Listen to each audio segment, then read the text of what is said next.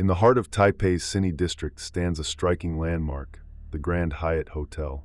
Its exterior is made of large panels of glass, reflecting the blue sky and drifting clouds during the day, and the city's lights at night, like a giant gemstone that shines endlessly. Here, the staff's smiles are sincere and proper, and the porters move quietly and skillfully. Everyone who comes and goes can feel the unique sense of calm and grace this hotel offers, as if time flows more slowly here, allowing travelers to let down all their guard. For many, the Grand Hyatt is not just a place to stay, but a safe harbor in the middle of their journey. However, behind the beauty of any place, there may be another story that is never told. And the stories of this hotel have never appeared in any official introduction. In the early winter of 2001, Taipei was cool, and the air still carried that fresh, clean feeling after rain. That year, the 38th Golden Horse Awards brought filmmakers and media from all over, and the red carpet flashes were already the talk of the city.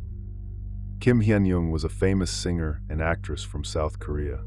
Right at the peak of her career, her voice was clear and beautiful, and she had a warm, down-to-earth image on screen. This time, she had been invited to the Golden Horse Awards as a guest presenter, a big honor, and a rare chance to step onto a stage that crossed both language and culture. When her plane landed at Taoyuan International Airport, a light rain was falling outside. She made her way through the crowd at the arrivals area and got into a private car arranged by the organizers. Her destination was the Grand Hyatt in Cine District, one of the most luxurious five-star hotels in Taipei, and a landmark often visited by international celebrities. The moment she stepped into the hotel lobby, her eyes were drawn to the scene around her, crystal chandeliers hanging high above, lighting up the entire space in a warm golden glow, and thick carpet under her feet, so soft it almost swallowed each step. But what caught her attention even more were two large pieces of bright yellow Chinese calligraphy hanging right in front of the elevators. The brushstrokes were bold and heavy, the ink deep and dark, and the yellow paper looked unusually vivid under the lights, as if it wasn't just decoration, but had some other purpose. She found herself staring for a few seconds before following her assistant into the elevator. Her schedule that day was packed. In the morning, she did an interview arranged by a Taiwanese media outlet, answering questions about her music and acting career. After that, she finally had a rare break. The organizers told her she didn't need to be at the awards rehearsal until the evening, so she decided to stay in her room and rest. Her room was on a high floor, tucked away in a corner of the building. Through the half-closed curtains, she could see the faint outline of Taipei 101 through the mist. The room itself was simple but elegant, with cool air drifting from the vents and a faint woody scent in the background. For the first time that day, she felt she could step away from all the busyness and enjoy a quiet moment to herself. By the time the dinner and the Golden Horse Awards were over, it was already close to midnight. When Kim Hyun-young got back to her room, it was past 12. She changed into a loose pajama set, removed her makeup, turned off the main light, and left only the warm orange glow of the bedside lamp covering half the bed. Outside, the night was unusually still. The curtains swayed just slightly, letting in a trace of cold air. She lay on her side, feeling the day's exhaustion slowly pulling her into sleep. A burst of white light stabbed at her eyes, along with the low hum unique to a TV. She opened her eyes to see the television playing static on its own. The harsh hiss sounded like tiny grains of sand constantly scratching in her ears. She froze for a few seconds, instinctively scanning the room. It was empty. The remote lay quietly on the dressing table, 3 or 4 steps away from the bed. A little doubt crossed her mind, but she quickly convinced herself maybe the TV was old, or there was some signal problem. Pulling back the covers, she got out of bed and walked to the table. Her fingers pressed the power button, and the screen went black. Silence returned to the room. Before getting back into bed, she made sure to place the remote far from her pillow, thinking, this should stop any more surprises. But after some time, That same white light crept through her eyelids again. She frowned and slowly opened her eyes. The TV was on again. This time, she could clearly see the remote still lying untouched on the table. The static sounded louder, sharp enough to make her scalp prickle. She sat up, staring at the screen for 2 seconds, the unease inside her growing fast. Maybe it's just bad wiring, right? She tried to reassure herself. Not wanting any more interruptions, she walked straight to the TV, unplugged the power cord, and felt the cold metal of the plug in her hand. She let out a quiet sigh of relief. That should be the end of it. Back in bed, she pulled the blanket tighter around herself, facing the window, slowing her breathing. It wasn't long before the pull of sleep started to take over again. Then, her eyes flew open. She was instantly wide awake. The sound was different now, deeper, almost like there were whispers hidden in it. A horrifying thought flashed in her mind. The TV was already unplugged. Just as she tried to get up and run, a heavy force clamped down on her arms and legs, like invisible hands pressing on her shoulders and ankles. She couldn't move. Her breath turned shallow and quick, and her eyes were forced open, staring straight at the TV. The static slowly faded, replaced by a pitch-black screen. From the darkness, a woman's head began to appear, long, wet hair clinging to her face, skin deathly pale, and eyes so fierce it felt like they could pierce through the screen. That force pressing down on her body felt like a thick layer of ice, locking her to the bed. She wanted to scream, but no sound came out of her throat. She tried to close her eyes, but it was as if invisible fingers were holding her eyelids open, forcing her to stare straight at the ghost's face that was coming closer and closer. Despair washed over her like a rising tide. Her mind was a mess. She began to pray in a low voice. First, she thought of the church she had gone to with her mother as a child, and silently called out the name of Jesus. Then she remembered the Buddhist chant she had once heard at a temple, and quickly recited Amitabha in her heart. Even a jumble of half-forgotten prayers spilled into her mind. Anything, any god, any power that could pull her out of this strange and terrifying grip. She didn't know how long it lasted. It could have been a single moment, or half a lifetime, but suddenly, the weight pinning her down vanished. She sat up in an instant, her heart pounding so hard it felt like it would burst through her chest. Without caring that she was barefoot, she bolted for the door, yanked it open, and ran straight to her assistant's room.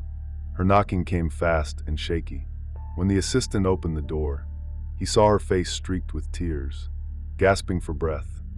"I'm not staying here another minute," she cried. The assistant froze for a moment, then quickly let her in and poured her a glass of water. But her hands shook so much the water spilled over the rim. To calm her down, he immediately called another nearby hotel, booked her a room, and helped her grab only the most important belongings. In less than 20 minutes, she was in a taxi, disappearing from the glow of the Grand Hyatt's lobby lights. That night, the assistant experienced nothing strange. He thought maybe she was just too nervous, or maybe the long trip and pressure had played tricks on her mind. So, he decided to stay for the night, planning to meet her at the new hotel in the morning. After all the rushing around, helping Kim Hyun-young pack, arranging the taxi, and making sure she was safely checked into another hotel, the assistant returned to his room. By then, it was close to 2 in the morning. His shirt was soaked through with sweat, his neck sticky and uncomfortable. He decided to take a hot shower before collapsing into bed. The bathroom light was bright and white, and the sound of running water echoed off the tiled walls. Steam quickly covered the mirror in beads of condensation. The air was thick with the heat of the water and the scent of shampoo. When he finished, he reached up to turn off the shower. He draped the towel around his neck and lowered his head to dry his hair.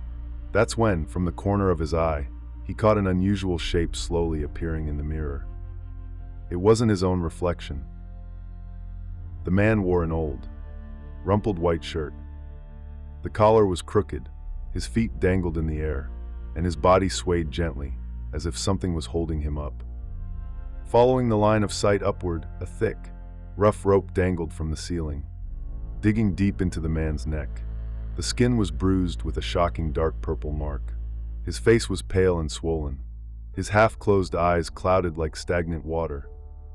His lips were dry, cracked, and purple, slightly parted as if he wanted to speak, but no sound came out. Every hair on the assistant's body stood on end. His throat felt blocked, and his breathing turned fast and shallow. He spun around. Behind him there was nothing, only steam curling slowly through the air. His heart was pounding so hard it hurt, and he tried to calm himself, telling himself, "It's just my imagination." But when he forced himself to look back at the mirror, the hanging man was still there. And now, the man's head was beginning to turn, inch by inch, like an old, rusted joint grinding into motion.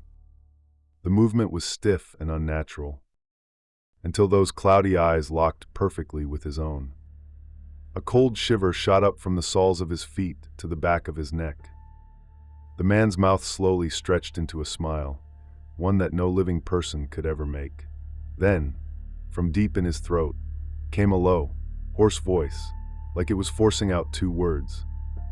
"You can't leave." The assistant stumbled backward, his spine hitting the wall with a dull thud. It was only then he realized his legs had gone weak, and his breathing was completely out of rhythm. He pressed his back hard against the icy wall, his heart hammering like it was trying to escape his chest. The steam in the bathroom thickened, and every breath felt like pulling damp, freezing air into his lungs. He kept staring into those eyes in the mirror, feeling time stretch into an endless moment. Suddenly, the bathroom light flickered. When he snapped back to himself, the man was gone. Only his own terrified face stared back from the mirror, forehead slick with cold sweat. He didn't wait another second. He bolted out of the bathroom, grabbed his phone and keycard from the table, and rushed out of the room, not even bothering to dry his hair or put on shoes. The hallway lights were steady and quiet, the carpet swallowing his footsteps. It was almost as if nothing had happened, but he didn't dare look back, not once, and certainly not to check the bathroom again. He ran straight to the lobby and demanded to check out immediately. The front desk clerk looked surprised, but seeing the panic on his face, they didn't ask any questions. They processed everything quickly. Minutes later, he was in a taxi, leaving that tall building behind in the dark night. 15 minutes later, the taxi stopped in front of another hotel. When Kim Hyun-young opened the door, she saw him drenched in cold sweat, breathing so hard he could barely speak. She didn't ask anything, just stepped aside and let him in. That night, neither of them spoke another word about the Grand Hyatt. They lay on their separate beds, both staring into the dark for a long, sleepless night. The stories about the Grand Hyatt have never truly gone quiet. This glittering, five-star hotel, for all its luxury and shine, has long been the subject of countless ghost stories. It was even listed by a world-famous hotel booking website as one of the top 10 most haunted hotels in the world, and the only hotel in Asia to make the list. The two bright yellow Chinese calligraphy scrolls Kim Hyun-young saw in the lobby were not ordinary decorations. They were said to be talismans, hand-drawn by a famous Tibetan Buddhist master in Taiwan, meant to keep restless spirits inside the building under control.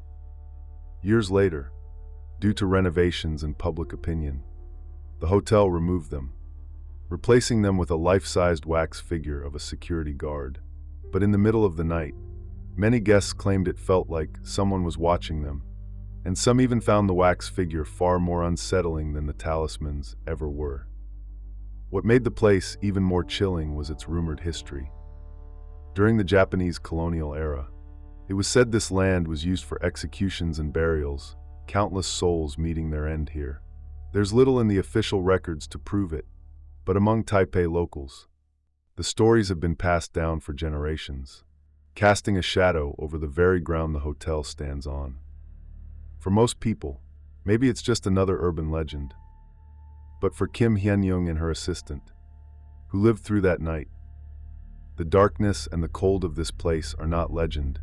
They are a reality they never wished to face again.